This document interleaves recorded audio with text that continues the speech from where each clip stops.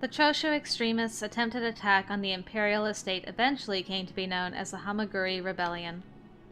Although the Shinsengumi were called to action, their efforts were stymied, and they found little in the way of glory.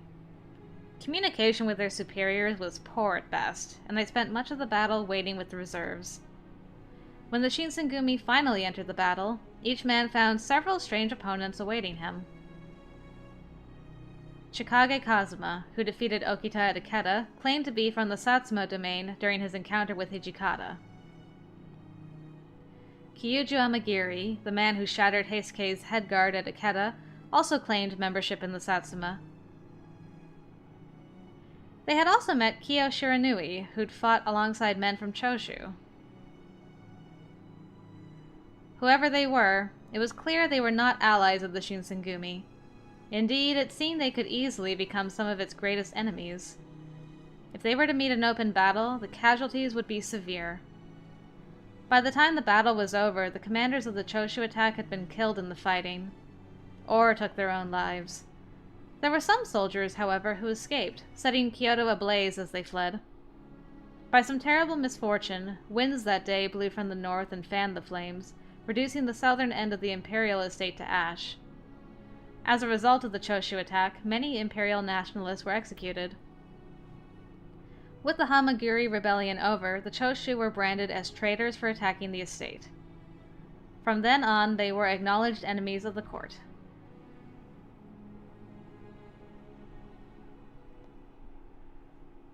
Well, I guess that bit of excitement's over for now. That was really exciting to see everything from everyone else's point of view. There's so many different ways to do this.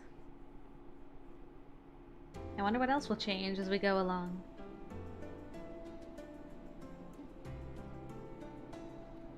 September 1864. The closeness in time between the battles of the Ikeda Inn and the Imperial Palace created significant civil unrest within Kyoto. The Shinsengumi redoubled their efforts to keep people safe, but the more they worked, the more the shogun put them to work. His approval of their activities meant more official business, and it stretched them thin. Even with recruits from Kyoto and Osaka, it wasn't enough. After many discussions, the Shinsengumi chose to recruit even more men from Edo, and Heisuke was tasked with preliminary scouting in the city. The hardened sun kissed our burning cheeks as Kondou and I saw Heisuke off, his grin wide and his bags packed from the night before. This is before Heisuke gets all strange. Well, I'll be on my way now. Make sure no one causes trouble while I'm gone. Okay. I promise to help as much as I can. Find us a good crop of men, Heisuke. I'll join you there next month. The plan was for Heisuke to hit Edo early and scope the potential men, and have Kondou follow behind a month after to make the final say with recruits. Isn't there someone you mentioned wanting to see? I remember you saying something like that. Oh, we never told you, Yukimura. I believe his name is Ito. He fights using the Hokushin Ito style, and word is he's well versed in strategy. That beautiful man.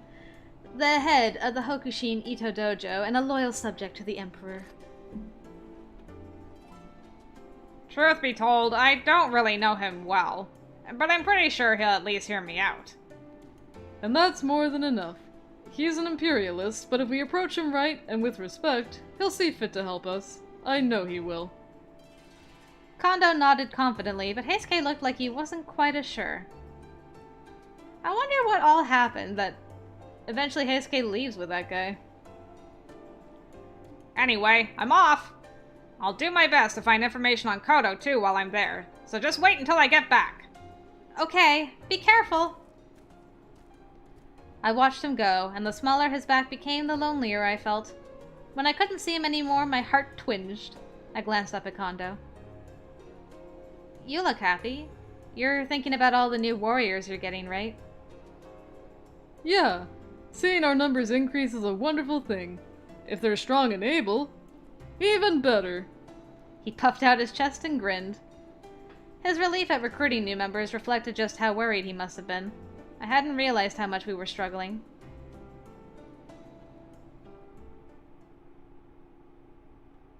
Ah, sweet, sweet Heisuke. Kondou kept his men close to his heart, and now he could smile. Time passed quickly after Heisuke left, and a month soon went by. The day for Kondou to leave for Edo was upon us, and I saw him off the next morning.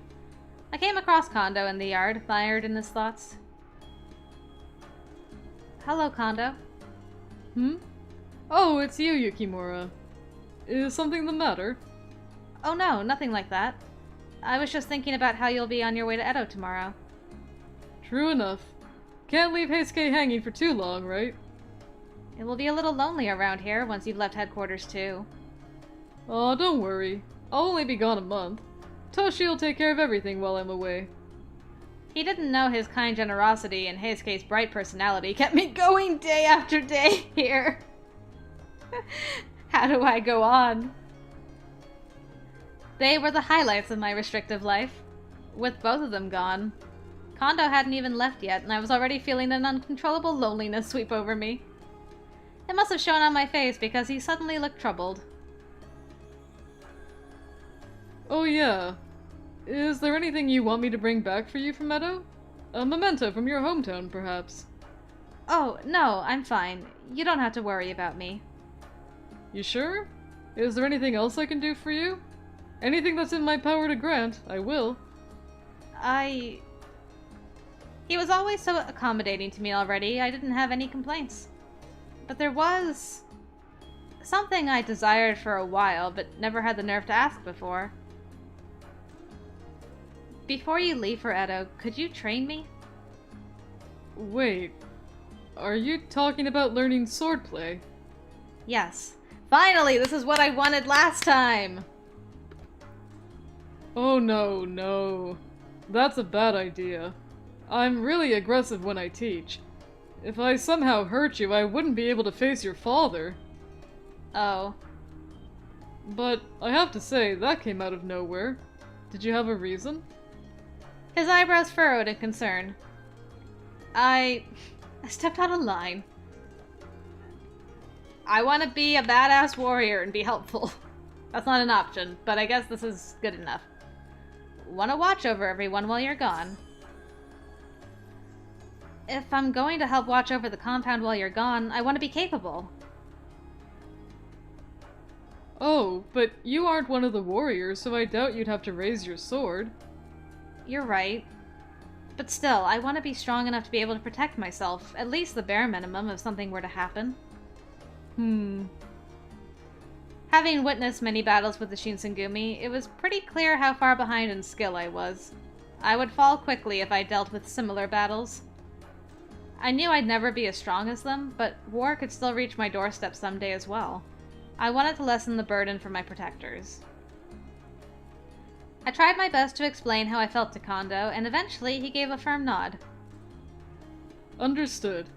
If you're that serious, I would love to teach you what I can. Hooray! We're gonna learn to fight, finally. We found a cord to tie up my sleeves and set about training me. Normal Shinsengumi training revolved around real-life sparring with wooden swords. Kondou decided to go easy on me with a bamboo stick. Nice. Let's get started. I have to warn you, though. Tenin Rishin style is a little rough. Right. I'm ready. Okay, let's begin with checking your stance. You said you were trained before, correct? Yes. It was mostly for self-defense, but I did receive instruction in fighting with a kodachi. Good. That means you don't have to learn a new form. Get into the stance you've been taught. Okay. Yeah! Bamboo stick in hand, I moved into the familiar stance that I'd memorized during my training. Too weak! Like a whip, his harsh words stung as he barked. If someone moves to attack you from the front, the first thing they'll reach is your sword and your sword arm. They'll knock your sword away if your grip is too weak. You must keep an eye out for that. Okay. We can do this, I believe in the dream. He hit me with the full brunt of his stringent teaching. I could see he was taking this seriously. He wasn't going easy on me because I was a girl. Now you're holding on too tight. Given your slight build, you should do your best to avoid a strike from the front. To do that, you'll have to dodge or redirect the impact, but if you're grasping your sword tightly...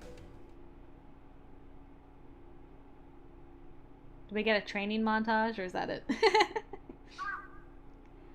With Kondou's instruction, I practiced swinging the sword over and over, doing my best to learn and retain everything he was teaching me. Oh, it's getting late. His words brought my head up, and I blinked. The sun set without me realizing, pooling below, and the sky was now shades of red and purple. I hope I didn't have to cook today. What? Suddenly in the real world again, fatigue slammed into me and I collapsed to my knees. Thank you for doing this for me. Every limb was shaking, my clothes completely drenched in sweat. I sucked in air like I couldn't get enough of it. We did pretty good. Kondou glanced over at me when I fell to the ground, and his strict teaching expression immediately switched to one of deep concern. I'm sorry, Yukimura. What was I doing? I got so into it that I started pushing you way too hard. I'm fine. The fact that you forgot and ended up teaching me that way even though I'm not your student. Thank you. It made me really happy. I see. If that's how you truly feel, then I'm glad there's a bright side to this at least. His face was a mixture of relief and guilt. I am very sorry.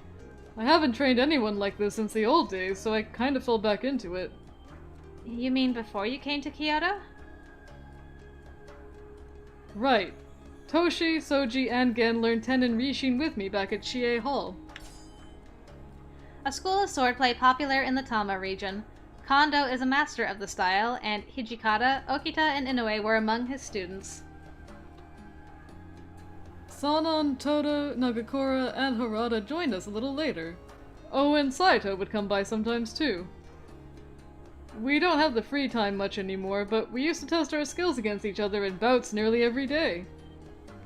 If I remembered correctly, talk of the old days came up once one night when everyone was well into their sake. Kondou's family were farmers, but it was discovered that he had remarkable skill at sword fighting. The owner of Chie Hall decided to adopt him so he could continue training, and that's where he met Hijikata along with everyone else. It must have been rough doing all that training.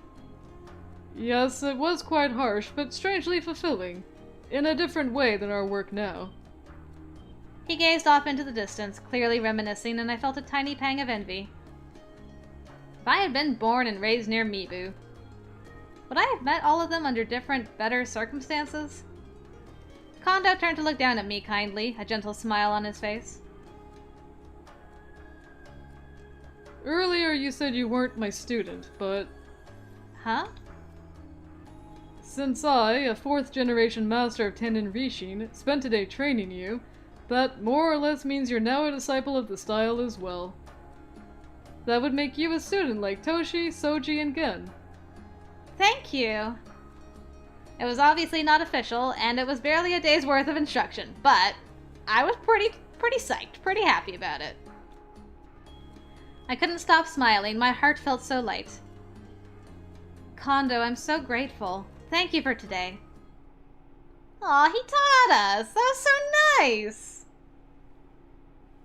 Hooray! My mind and heart were still reflecting on the wonderful thing that just happened. I returned to my room with my head held high. I'd been staying there for a while now, but sometimes I still felt like I was baggage to them. They needed me for one thing and one thing only. I was never really a part of them, nor did I belong. But now... Kondou's words filled in some of the holes in my heart. Just a little, but I treasured the feeling. Smiling, I collapsed onto my futon. The strain and fatigue from earlier was a good feeling, and I let it drag me under to sleep. We're gonna feel that tomorrow. It's gonna hurt way worse. Okay, I wasn't sure if I had to click again there. We're at chapter 3? We're already at chapter 3? Are we even, like, budding with Hijikata yet? I need to check. I gotta check that out. I feel like we haven't accrued many relationship points with him. how you say.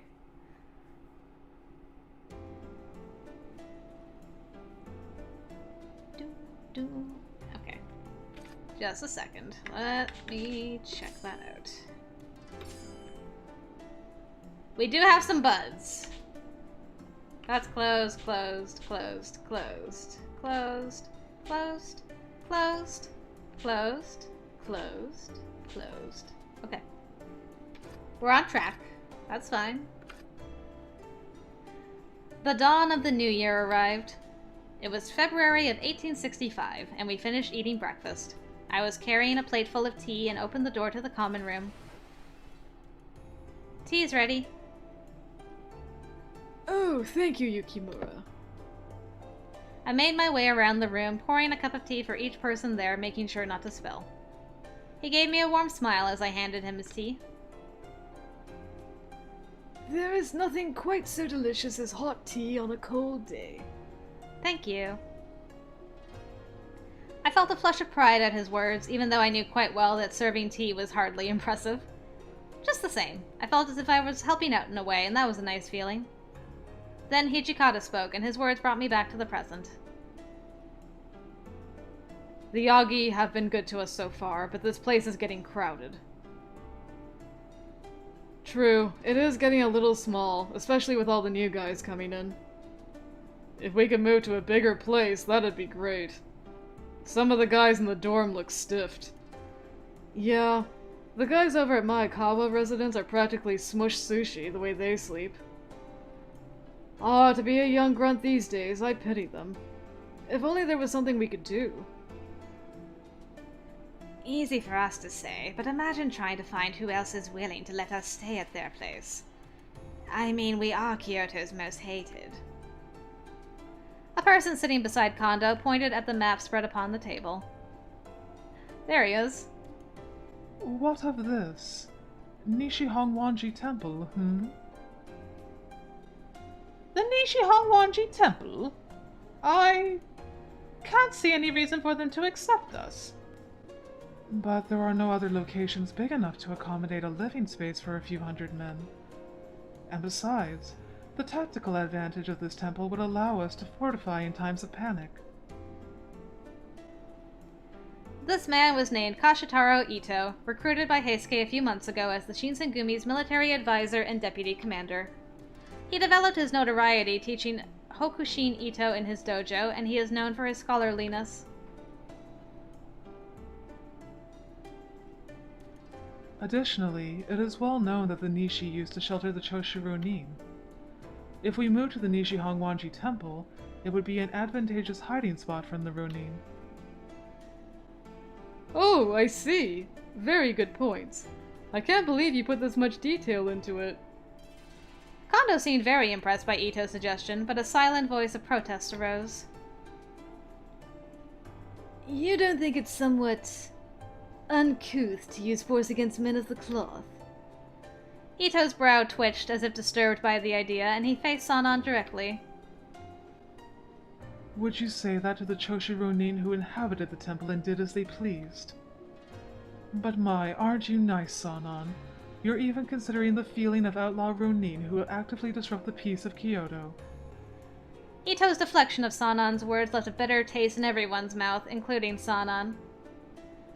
I agree that this extremist imperial nationalist party must be dealt with, but this seems... So, what are you saying? When we meet in battle, do you expect them to respect the Shinsengumi on name alone and to engage in a fight fair and square? I miss this guy. Wouldn't it be just peachy if all those Choshi Ronin were on their best behavior like a Kamakura warrior? Saburo, watch your mouth now, darling.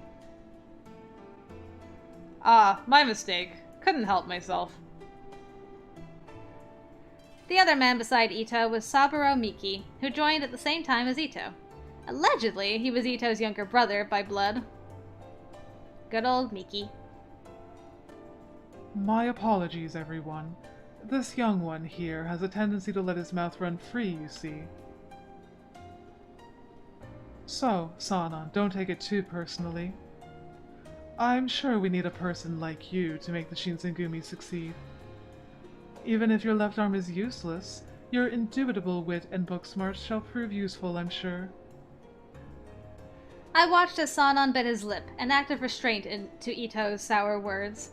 Okay, so Sanan should still turn into a fury soon. The tension was cut by another voice. Perhaps I didn't hear you correctly, Ito. Hichikata's voice was cold and sharp, like the sound of a blade sliding across a whetstone. Ito seemed taken aback, and his eyes grew wide. Sanan's smart, like you said. But above all, he's a swordsman of the Shinsengumi. He is not useless, and he is not replaceable. Get it through your head. Hichikata only spoke when necessary, so it must have been something he truly believed. However... But my arm is... He couldn't even seem to bring himself to finish. It seemed as though Hijikata realized his words were reminding Sanan of what he used to be, causing Sanan to curl his lips into a frown. Oh dear, I didn't mean to cause such a fuss. Next time I'll keep my thoughts to myself. Sanan is quite the beloved member here, isn't he?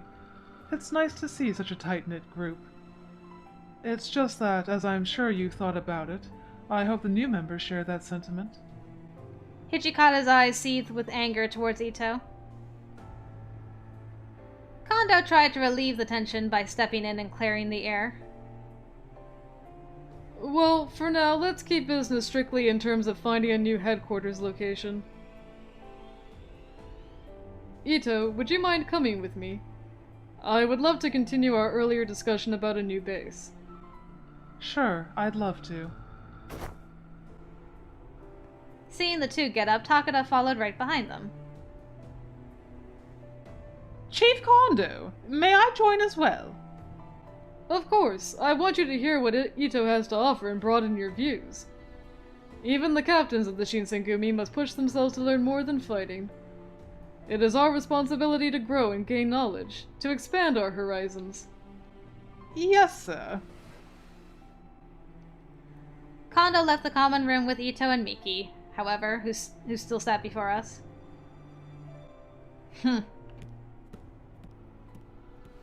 He smirked coldly towards us, and he slinked off to leave the common room. Okita spoke once Miki's footsteps weren't audible. Who brought those bastards into the Shinsengumi? The culprit is still in Edo. Damn it, Heisuke. When he gets back, I'm going to give him a few punches. Ito's with the Imperial Nationalist Party, aye? Surprising to see people with the same beliefs as those Choshu bastards joining the Shinsengumi. Well, nationalists think themselves to be above the Choshu for whatever it's worth. I mean, the Imperial Nationalist Party is... Well, just listen to the bullshit he was going on about the other day. It seems as though he has rubbed off on Kondou as well, which is a poor influence in my opinion.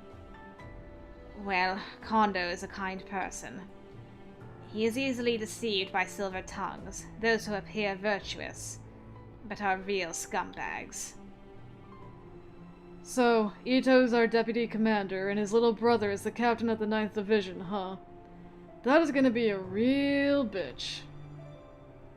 Eventually, Hijikata approached Sanan, who weakly hung his head, facing the floor in shame. Sanan, don't listen to that asshole, okay? Sanan laughed dryly and shook his head. He is well educated and a skilled orator. Not only that, he's good with the sword. With such a gifted deputy commander, I suppose the Shinsengumi has little need for a colonel. Hey, Sanan! Sanan left the room as Hijikata's voice trailed behind, echoing in the hall. Man, I feel bad for him. Even the men are avoiding him these days. What? But why? Well, can't blame him. No matter what you say to him, he takes it the wrong way. And no matter what you say, he acts like such a smug smartass, so the warriors are intimidated and want nothing to do with him. Oh no, poor Sanan. Even though I haven't been here as long as the captains, I knew Sanan was so well liked by the other warriors before his injury. Hey, Hijikata, can't you come up with some bullshit excuse to kick Ito out? Ever since they arrived, it's been nothing but bad vibes and sour moods. You know damn well I cannot do that. I mean, look at the way Kondou fawns over Ito. Besides, he brought a large force of men behind him when he joined. You think they won't make a stink if he were to just disappear? Well, damn. Aren't you supposed to be the demon? The commander from hell? You're supposed to make the impossible happen. Fine, Souji, how about we make you commander? Then you can kick Ito and his guys out, right?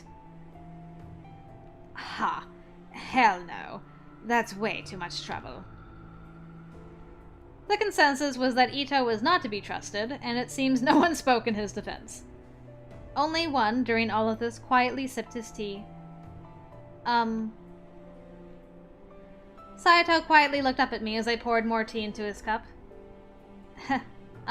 So, what do you think about Ito? I mean, about Ito joining, that is.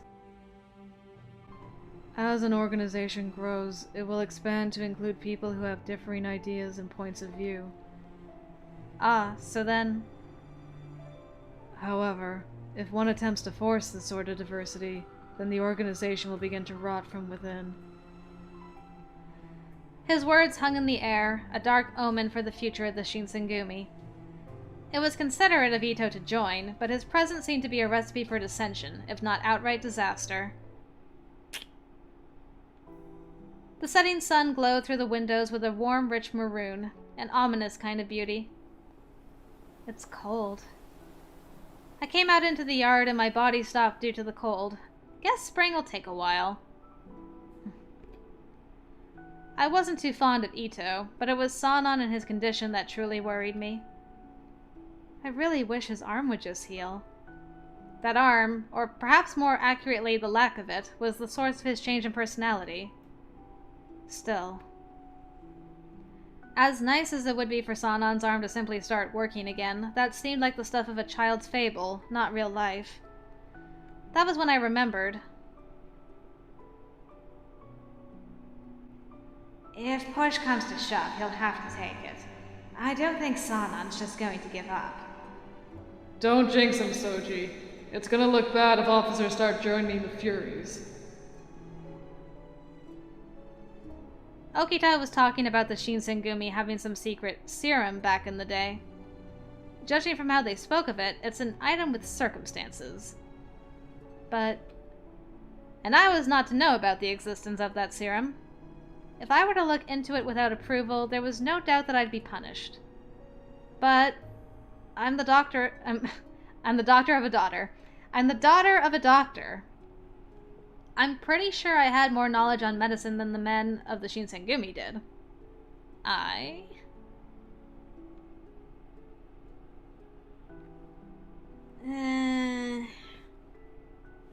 Hijikata would murder me. I don't think I'm gonna investigate this time. I think I'll go to my room. Try to keep out of trouble. Perhaps it would be best to just return to my room. I didn't want to get in trouble for wandering around, but most of all, I didn't want to find myself in anyone's way. Even though I was worried about Sanan, maybe it's for the best for me to stay out of the way.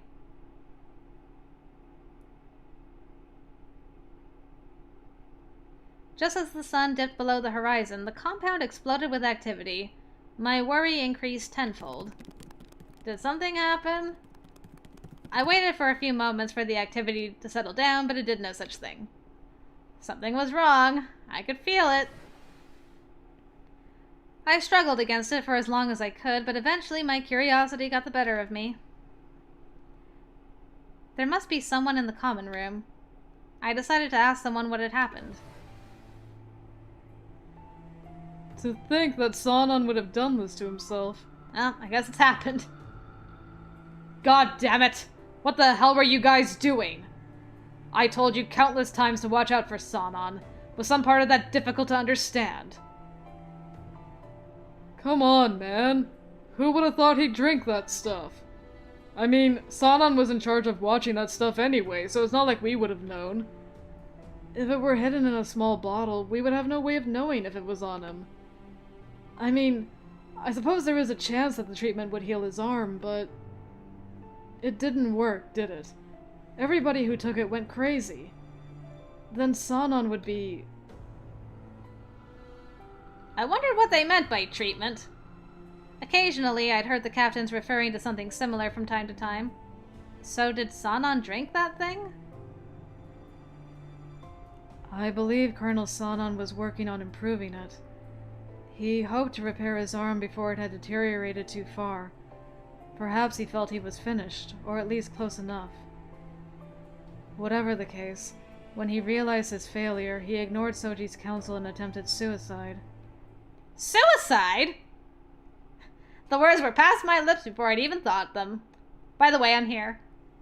As one, all eyes in the room turned toward me. Just what the hell are you doing here? The longer his cold gaze kept me pinned, the tighter my throat became until I could barely breathe, let alone speak. I felt a strange combination of anxiety, suspicion, and animosity that I had felt before on the night I arrived at the headquarters of the Shinsengumi. Now, as then, I knew the meaning of that gaze.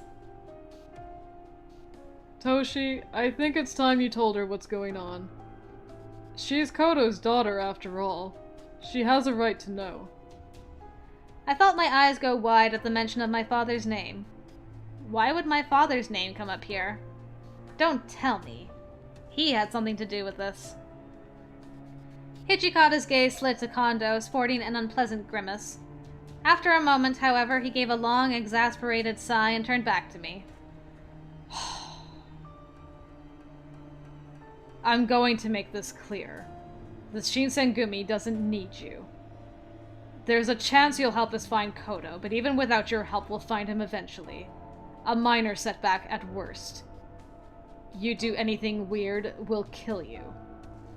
I'm about to tell you what's going on here, but keep in mind that your life is in our hands.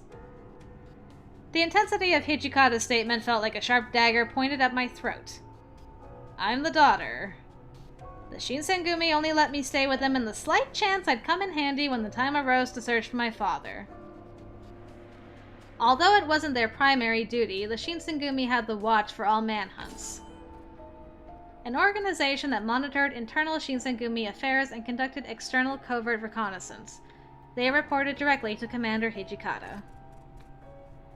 There's nothing left to tie me here, apart from my memories of the last year. Are you going to kill me? My words were flushed with worry, and Hichikata thinned his eyes like he was speaking to a servant. We aren't going to kill you yet, but don't think that means you're in the clear. Oh. I was glad, I suppose, that I wasn't going to be killed, but I was still far from happy.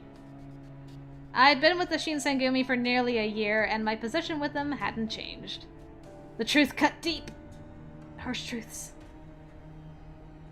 We never told you, but Koto was here because he was developing, treatment. You mean... Well... I gulped audibly, and I carefully formulated what I was going to say in my head before I said it aloud. The one that Sanan took? When Kondou nodded, it was as if there was a great weight resting on him. It was first brought to us by one of the Shogun's men. We were told this concoction was obtained from a trade with Western merchants. Curiosity swelled inside of me, and my head felt light from the anticipation. Still, I knew that digging deep is dangerous. These thoughts swirled. It was a foreign drug, built with the ability to augment a man's healing and physical strength. Any who drank it would, supposedly, be strong enough to conquer a wild beast. Barring a truly fatal wound, any injuries from battle would heal almost immediately. Unless one were to be decapitated, or be pierced in the heart, you can engage in combat forever. Does such a concoction really exist? It felt like I was hearing some sort of fairy tale. Of course, all of this comes with a price. A price? The drink spurs men into madness, and they are unable to survive without drinking the blood of others. Oh, I didn't know that! So they have to... So they have to ingest blood. Interesting. Kyoto took it upon himself to experiment on the Shinsengumi in an attempt to improve the drug. My father? Somewhere, deep in my heart, I knew my father had some connection with all of this. Knowing my father was involved with driving men mad, all I could do was wonder why. To perform experiments on the Shinsengumi. So, that night in the alley... Saito nodded plainly. We keep the guys who've taken it in the Nanbu house.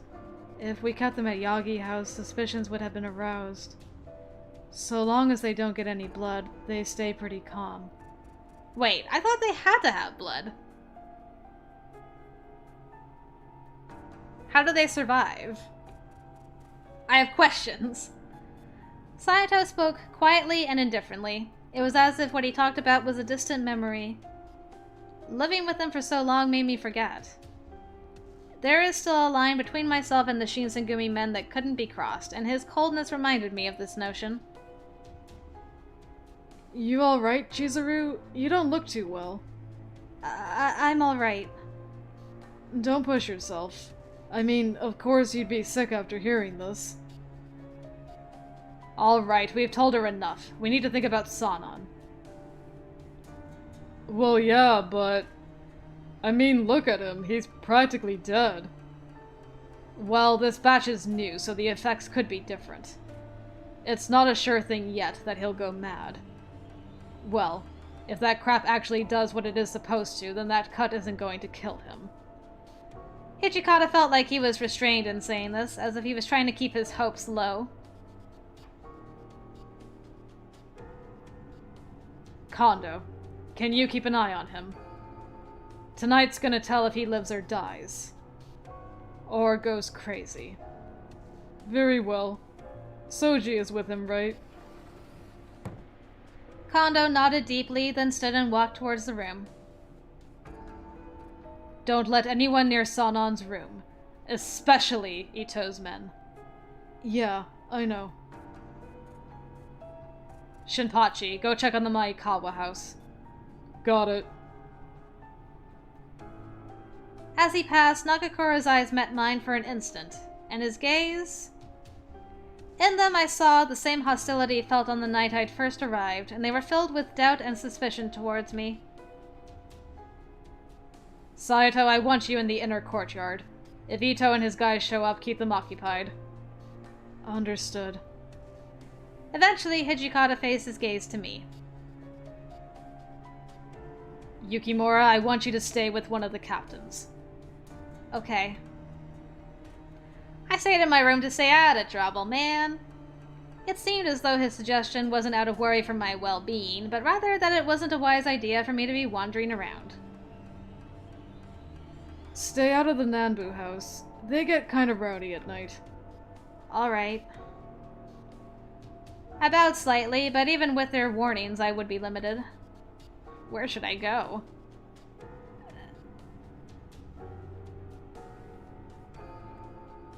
I guess Hijikata's here, so I guess I'm staying here? Eh.